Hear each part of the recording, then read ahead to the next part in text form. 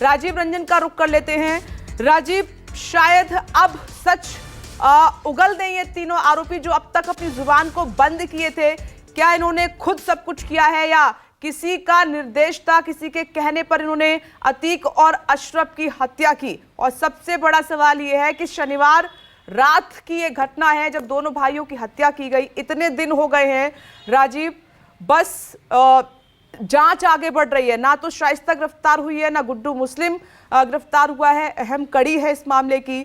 तो सवाल यह है कि अतीक हत्याकांड का राज कभी खुल पाएगा कि राजीव? बहुत सारे मामलों में बस जांच चलती रही है।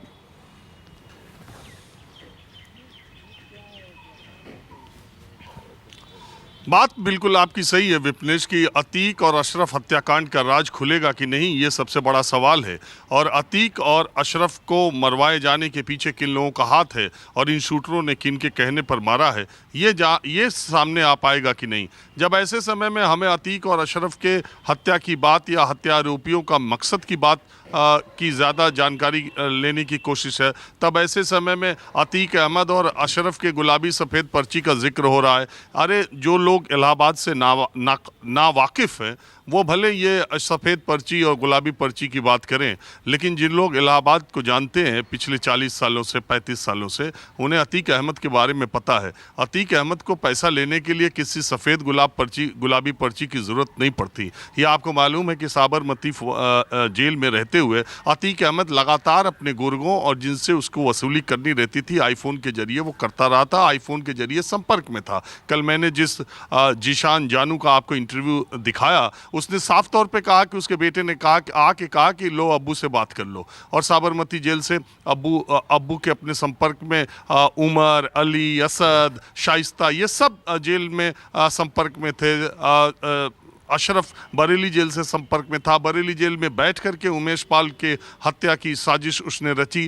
तो ऐसे और जो लोग, मैंने कहा बार बार, इलाहाबाद जो लोग कभी नहीं आए हैं प्रयागराज या बहुत नज़दीक से जिन्होंने नहीं देखा, वो तमाम कहानियां बता सकते हैं। लेकिन आपको हर प्रयागराज का आदमी बता देगा कि अतीक अहमद को किसी गुलाबी सफ़ेद पर्ची की कोई ज़रूरत कभी पड़ी नहीं सकती थी। उसकी आवाज़ से ही यहाँ लोग कांप जाया करते थे। अतीक का फ़ोन अगर डिस्प्ले पर आने लगे तो जितने पैसे की उसको ज़रूरत होगी उतनी पहुंच जाया करेगी। अतीक अहमद अशरफ कोई मामूली आदमी नहीं थे। अपराध की दुनिया में और दबदबे की दुनिया में 35-40 सालों तक राज किया। अतीक अहमद अशरफ का नाम लेने से लोग डरते थे।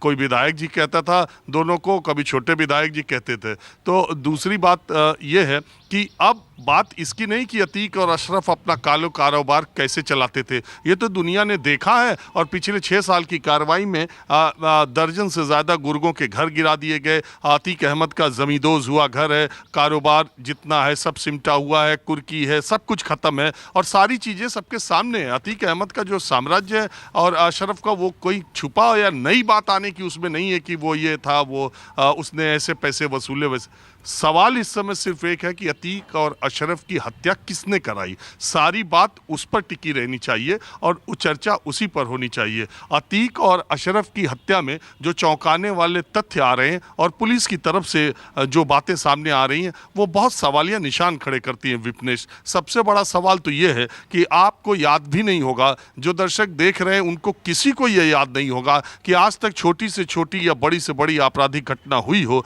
और अपराधियों के पास से मोबाइल न बरामद किया गया हो। यह अपने आप में पहले तरह की घटना है जिसमें तीनों अपराधियों से किसी तरह का कोई मोबाइल की बरामदगी पुलिस ने नहीं बताई है। अब बताइए कि बिना मोबाइल के ये कैसे इधर से उधर जा रहे थे? तो क्या कोई दूसरे लोग, 2 लोग साथ साथ थे जिन्होंने इनको मोबाइल का इस्तेमाल नहीं करने दिया और जिनको 2 अज्ञात कहा जा रहा है और ये मोबाइल फ़ोन इनसे बरामद भी नहीं हुआ, इनके पास था भी नहीं। तो वो 2 लोग लोकेशन ले रहे थे, वो 2 लोग जो लोग इसके पीछे थे वो उनसे कॉन्टैक्ट में थे। ये मोबाइल टावर से जब निकाला जाएगा तब पता चलेगा। अभी ये पता चला कि जो 2 बाइक थी वो अस्पताल कर्मियों की निकल गई, जांच में पता चला है। अब ये पता चल रहा है कि वो ई रिक्शे से आए थे। अब जो इलाहाबाद प्रयागराज का जो मेन स्टेशन है, जंक्शन जिसको बोलते हैं, वहाँ से जो काल्विन हॉस्पिटल की तरफ रोड जाती है, वहाँ से करीब 700-600 200 मीटर पर कॉल्विन हॉस्पिटल है, तो उसके बाईं साइड का, चूंकि वो वन वे रोड है, पार्टीशन है, वन वे है, तो बाईं तरफ से जिधर से ये गए होंगे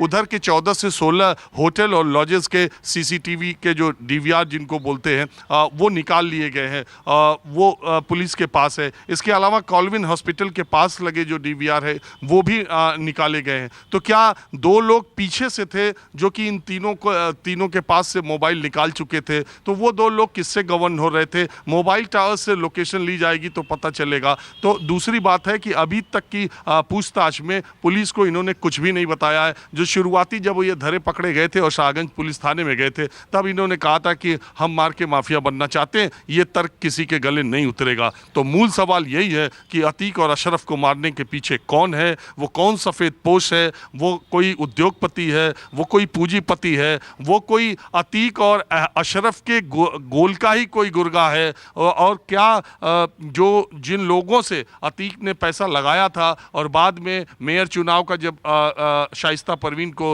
उम्मीदवार डिक्लेयर कर दिया गया, तब कैश के रूप में अतीक अहमद लोगों से पैसे मांगने लगा, जिनको काला धन वो दिया था। उसने कहा चुनाव में मुझे ज़रूरत है, मुझे इस चुनाव को जीतना है, किसी भी तरीके से मुझे ज़्यादा से ज़्यादा कैश पैसे चाहिए। जब कैश पैसे की डिमांड वो लोगों से करने लगा तो वो लोगों ने वो पैसे देने में आनाकानी करने लगे तो उसने अपने बेटों को भेजना शुरू किया, उनके बेटों ने उनको धमकाना शुरू किया। तो क्या अतीक के गुर्गे ही उनके जान के दुश्मन बन गए? क्योंकि सबको ये मालूम था कि मौजूदा सरकार में अतीक और अशरफ जेल से बाहर आने वाले नहीं हैं। फिर उनके एक बड़े बेटे को एक केस में अंदर कर दिया गया। बहुत बड़ा जाल है विपनेश, और ये तभी खुलेगा जब हत्या आरोपियों को आज रिमांड पर पुलिस ली है।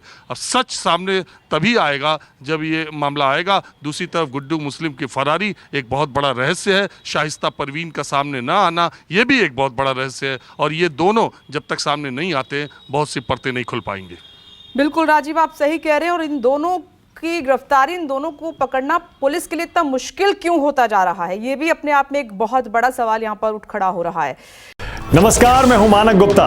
अगर आपको हमारा ये वीडियो पसंद आया हो तो इसे लाइक और शेयर जरूर करें, और हाँ, हमें सब्सक्राइब और फॉलो करना ना भूलें ताकि आप देश और दुनिया की कोई खबर मिस ना करें।